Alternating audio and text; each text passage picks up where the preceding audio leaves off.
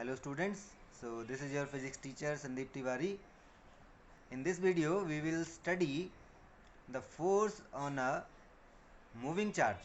Okay, moving charge in a magnetic field. Now you have already studied about an electric field and a charge in an electric field. Suppose we are keeping a charge in an electric field, it will experience a force. Now if we keep a charge in a magnetic field, okay, not an electric field but in a magnetic field, and we just keep it, we bring a charge and we keep it in a magnetic field. So in this situation it doesn't experience any force. You are bringing a charge and you are keeping it in a magnetic field, it doesn't experience any force. But when this charge starts moving, okay, so I have made a figure. Here a charge is entering a magnetic field. Before this there is no magnetic field, and after this line we have a magnetic field, and I have shown that magnetic field by cross edge. And cross, you already know, cross means a direction which is into the plane of this board. So there is a magnetic field which is into the that is means perpendicular and into the plane of this board. So before this there is no magnetic field, after this there is a magnetic field. So when the charge is here, it doesn't feel any force, and it starts moving, and once it enters the magnetic field in a moving condition, then it experiences a force. Now if I keep a charge just here, it will not experience a force. So whenever we are checking about a force on a charge in a magnetic field, we must ensure that the charge is moving. Now what is the value of this force? I have shown the path of the charge, so the path is circular. We will come to that, why that this path is circular. So before that, let's find the value of the force. Now this force is given by a formula, F is equal to Q into V cross B. So you will have to remember things that you have learned in class 11. This is a cross product. This is a vector quantity, this is a vector quantity, and the result is also a vector quantity. So when two vector quantities are multiplied in cross product, we get a vector quantity as a result. So the velocity vector and magnetic field vector.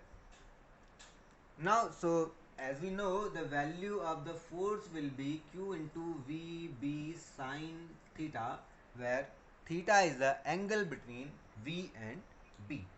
So suppose this is our velocity and this is our magnetic field, then theta is the angle between the two. Okay, so theta is the angle between velocity and magnetic field. Now if theta is 90 degree, okay, if theta is 90 degree, then this force will be maximum. So that situation I have shown in this figure.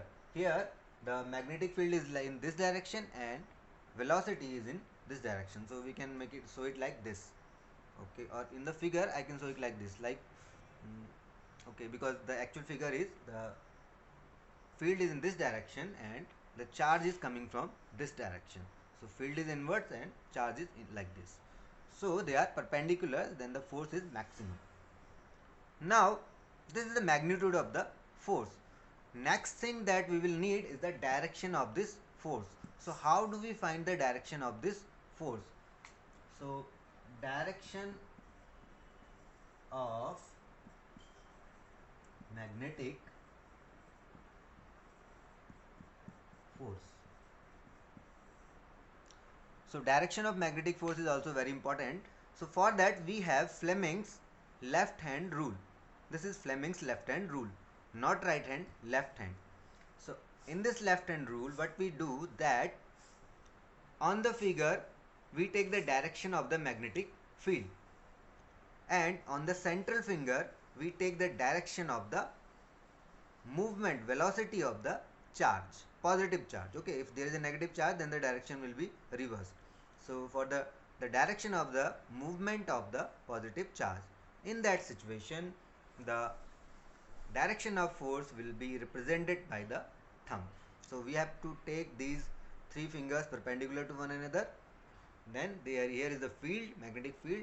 Here is the velocity of the charge, and here is the direction of the force. So if we apply this in this figure, magnetic field is inwards. Okay, so I have kept my first finger towards the board. This finger will show the direction of the movement of the charge. Charge is moving from here to there. That means the direction of the force will be in the direction of the thumb. That means upward. Okay, upward. So that's why now suppose at this point, when the charge enters the field, it will experience a force in the upward direction. Okay, now as we see in a cross product, okay, suppose we are doing cross product of two quantities. One quantity is here and the other quantity is here. The cross product of two quantities is always perpendicular to these two quantities. So the cross product of V and B, that is F, will always be perpendicular to V and B. So as we see, in this direction we have magnetic field, here we have our velocity. So the force has to be perpendicular to both. Okay, now what happens? At this point the force is perpendicular. Now because of this force, what will happen? That the path of the charge will become circular. So you remember that in circular motion, the force is always perpendicular to the velocity. Here we see that this force will be perpendicular to this velocity because of the rules of cross product. So only this happens in circular motion, where velocity and force are perpendicular. So here, because the force is perpendicular, hence the path of the charge from this point onwards will become circular. So it becomes circular, and suppose this much arc is covered. Still at this point, again we will have velocity like this and field inwards, hence the force will be in this direction. Again, if we reach this point, force will be in this direction. At this point, in this direction. Okay, so in this way a circular motion happens. Now in this particular situation, because the charge is moving now backwards. Okay, so from this point what will happen, that if it moves forward, it will come out of the magnetic field, and after this its motion will become a straight line. Why? Because no magnetic field is present here, hence no magnetic force will act, and hence it will move in a straight line according to Newton's first law. So now we have found this much. Now we understand that the motion of the charge inside the magnetic field will be circular. So first let me make the figure for this direction of magnetic force. So I will just write that it will be found by Fleming's left hand rule. So left hand rule is like this. This is our thumb and this is our first finger, and these are the rest of the fingers. So central finger barabar charge. This is the field and here is the force. Okay, so using Fleming's left hand rule, field, movement of charge, and then velocity of charge, and on this finger we will have force. Now because this is a circular motion, we must have the radius of this circle. So how do we find it? For that,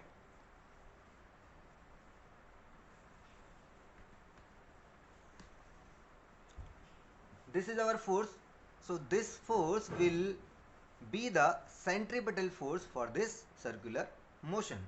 So we will say centripetal force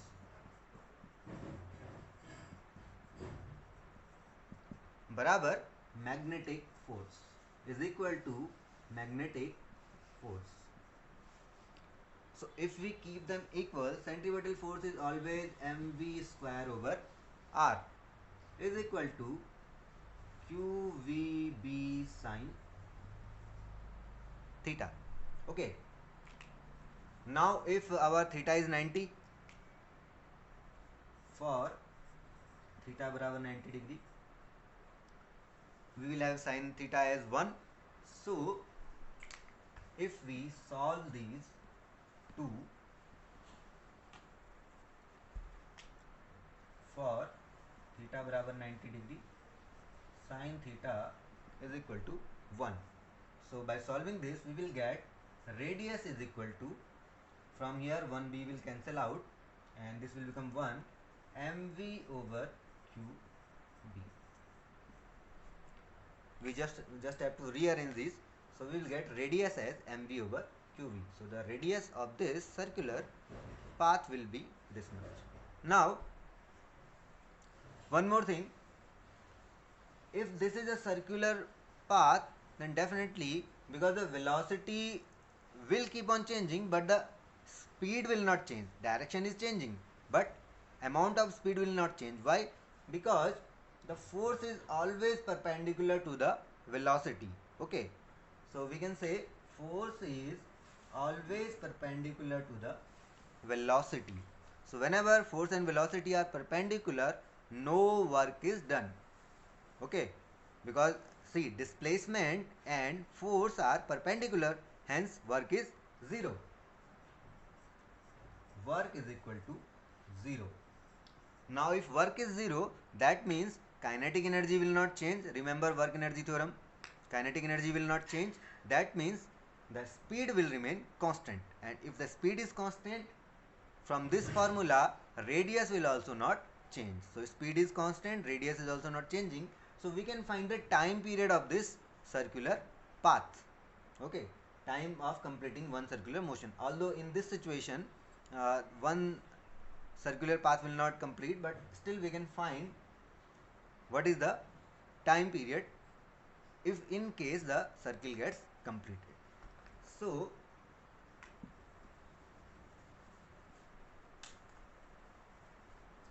now what is time period? Time period is total the circumference divided by speed. So we will keep the value of radius, this radius, that is mv over qv, and we will divide by velocity. 2 pi, this is our radius, and v. So finally we will get it as 2 pi m over q v. So this is our time period, t बराबर 2 pi m over qv. Now we can see radius is dependent on velocity, but time period is not dependent on velocity. It is dependent only on the magnetic field, the value of this incoming charge, and the mass of the charge.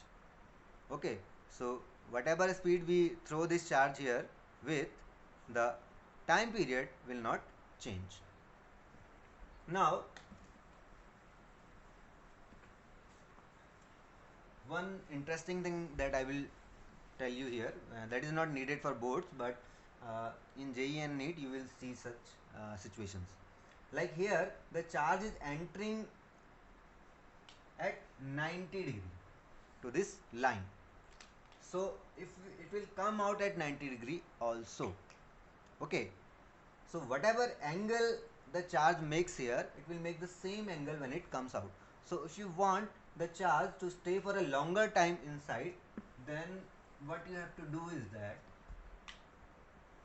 if I send the charge like this, okay, then what will happen? It will make a circle like this. So this theta and the same theta.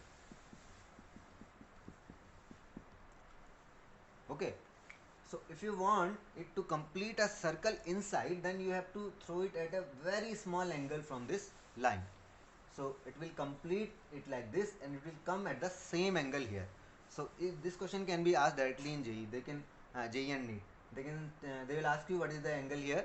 So they will give you this angle, and they will ask you what will be the angle at this point. Okay. Now So in all this case, what I had done, that I said that the angle, that is angle between V and B, and B. So in these cases, the charge is coming like this, okay? Charge is coming perpendicular to the magnetic field. Charge is moving like this and magnetic field is in this direction. So V and V are perpendicular, okay? And for that we have derived the time period and radius. But if in case the angle between V and B is not 90, then we have to discuss that thing as well. So but for this video, I think this much is sufficient, because then the video will become very big. So till now we will leave it here, and I will discuss the second part, that is when the angle between velocity and magnetic field is not 90. Okay, so that's it for this video. Hope you like it and you understand it.